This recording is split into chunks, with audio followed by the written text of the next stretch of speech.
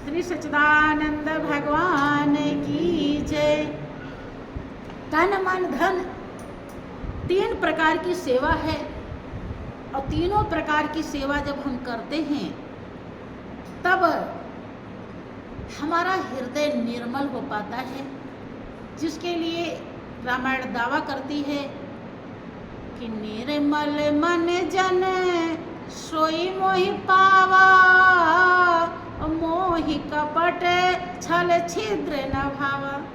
निर्मल मन जिसका होता है वही जन परमात्मा को प्राप्त कर पाता है।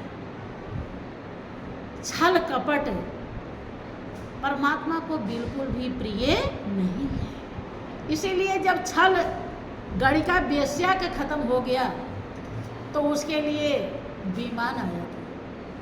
छल सदन कसाई का खत्म हो गया तो भले ही कसाई थे वो, लेकिन छल खत्म होते ही आत्मा उनकी परमात्मा में मिल जाती है, एकाकार हो जाती है। परमात्मा कभी दोष नहीं देखता, पाप नहीं देखता, केवल प्रेम देखता है। और प्रेम तभी होता है जब हमारे अंदर किसी प्रकार का कपट छल नहीं होता, केवल मालिक वास करता है और दुनिया कोई भी चीज वास नहीं करती। वास कर रही है तो समझो कि हम छल कर रहे हैं। देखिए बहुत लोग बड़े हर्ष उल्लास से खूब गाते हैं, नाचते हैं, लेकिन वो खाली गाते नाचते हैं, उन्हें कोई भी लगाव होता नहीं है। ये सबसे बड़ा छल है। तो छल हमारा तभी खत्म होता है, हमारे निर्मल भाव तभी आते हैं जब हम अपने को मिटाना सीख पाते हैं। और मिटाना तभी सीख पाएंगे जब हम गुरु के उपदेश को धारण करेंगे, गुरु आज्ञा का पालन करेंगे, जब उनकी वचन हमें प्रिय लगेगी। वो अमर वाणी बोलते हैं, उनकी वाणी अमृत के समान कीमती होती है, जो अमरनाथ तक पहुंचा देती है। लेकिन जब वो वाणी लगेगी कि हाँ ये अमृत है, अगर वाणी अमृत नहीं विष लग रही है तो हम अमरनाथ तक पहुँच नहीं पाएंगे, क्योंकि जीवन की घड़ियाँ थोड़ी हैं, जीवन की मंजिल लंबी है। छोड़ो गुर पर जिम्मेदारी, गुर पार लगाए रहते हैं, लेकिन जिम्मेदारी कहाँ कौन छोड़ पाता है। हाँ, इसके लिए ऐसा बनना पड़ेगा, आज नहीं चाहे 50 जन्म बाद बनना पड़ेगा जरूर।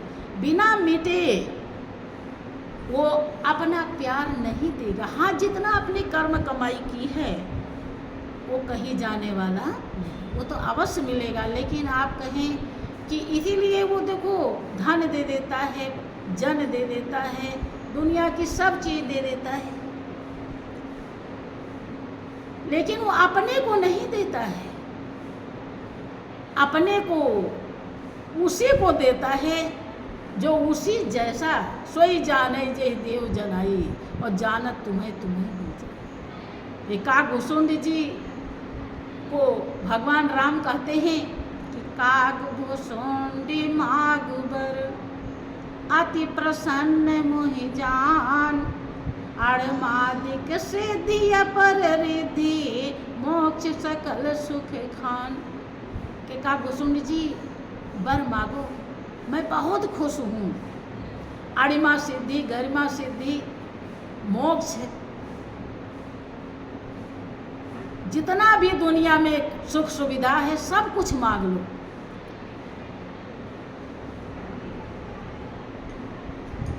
कि प्रभु सुनी प्रभु वचन अधिक अनुरागियों, बहुत ज्यादा प्रेम पैदा हुआ, लेकिन विचार करने लगे कि प्रभु कह देन सकल सुख सही, और भगत यापनी देन न गई। देखो काव्यसुंद जैसे महान, जब इतना कोई महान हो जाता है तब उसे भक्ति प्रिय लगती है, तब उसे प्रभु का प्रेम चाहिए।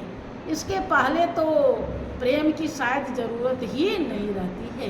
इसीलिए दुनिया की हर चीज़ पाकर के इंसान खुश हो जाता है, लेकिन प्रभु का प्यार नहीं मिलता, प्रेम नहीं मिलता, तो उसे कोई समस्या नहीं होती। वो इस लायक थे, उन्होंने विचार किया और प्रभु का प्रेम प्राप्त किया बंधु। इसलिए भक्ति रूपी फसल प्राप्त करने के लिए हमें तन मन धन से पवित्र होना पड़ेगा, और पवित्र तभी होगा जब हम तन से जो भी मौका मिले सेवा कर ले। भाई दिन भर रात भर जो भी हम करते हैं अपने पेट के खुराक के लिए, ये हमारी राह खर्च है, ये मंजिल नहीं है। मंजिल तो ईश्वर का प्रेम ही है, प्रभु के चरणों की लगन ही है। इसके लिए भी हमें हमेशा भावुक होना चाहिए कि जो भी मौका मिले तो लाओ हम गुरु दरबार हमारे गुरुदेव ने बनाई हमारे कल्याण के लिए, जाएं हम गुरु दरबार, कुछ भी झाड़ू बर्तन चाबी ले लें, झाड़ू कुछ भी करावें सेवा। आज हमारे पास मौका है, आज हमारे पास टाइम है। अगर बन सके तो तन से झाड़ू पोछा लगा दिया और मन से ध्यान कर लिया, 2 सेवा हो गया। कुछ अर्पण कर दिया मंदिर में तो धन 3 प्रकार की सेवा हो गई। यही आपका अपना बंधु। हमेशा इस बात का यकीन कीजिए, विश्वास कीजिए कि बिन विश्वास भगत नहीं, ते बिन द्रवै न राम, और राम कृपा बिन जीव स्वप्न में ना लह बिखरा। बिना विश्वास के भक्ति नहीं होती, और भक्ति के बिना राम की दया नहीं मिलती, प्रभु की दया नहीं मिलती। और दया अगर नहीं मिली तो स्वप्न में भी आप विश्राम, ऐसी अवस्था होती है जहाँ ना सुख होता है ना दुख, वो अवस्था कभी आ नहीं पाएगी। समझ रहे? तो इसके लिए ही आपको जीवन मिला है। आपने सुना होगा कि संत विश्राम में वो हमेशा ऐसी अवस्था में ही रहते हैं कि जहाँ ना सुख होता है ना दुख होता है, केवल प्रभु का प्यार होता है। उसी से वो जीते हैं, उसी से वो सोते हैं, उसी से हर काम करते हैं, उसी के लिए इस दुनिया में रहते हैं। तो कहने का अर्थ ये है कि बंधु, सबली का वो देख करके मंसूर भी वही बन जाते हैं, और यहाँ तक कि उसके पिता ने बहुत सजाएं दी मंसूर को।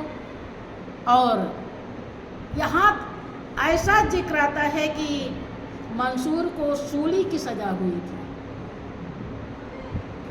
सूली की सजा चढ़ जाते हैं मंसूर, लेकिन प्रभु के प्रेम को फीका होने नहीं देते। आप यही गौर कीजिए, प्रभु का प्रेम कितने मुसीबत के बाद, कितना त्याग के बाद, कितना बलिदान के बाद मिलता है बंधु। तो जो कुछ भी करो अहंकार को मिटा कर करो, अपना भाग्य सौभाग्य समझ करके, गुरु महाराज की दया और कृपा समझ करके करो। कभी भूल के मत सोचना कि हम कुछ कर पा रहे हैं। अपने बस की तो श्वास भी लेना नहीं है, हम कुछ भी नहीं कर सकते। मालिक की दया और कृपा, जितना भी अच्छा कर्म हो तो समझिए कि हे प्रभु तेरी दया और कृपा है, तुझे अनंत बार धन्यवाद है कि जो तूने मेरे अंदर ऐसा भाव भरा, निर्मल विचार लाया और निर्मल कर्म कराया, अपने लिए कुछ करने के लिए भाव बनाया, क्योंकि यही अपने लिए और कुछ भी।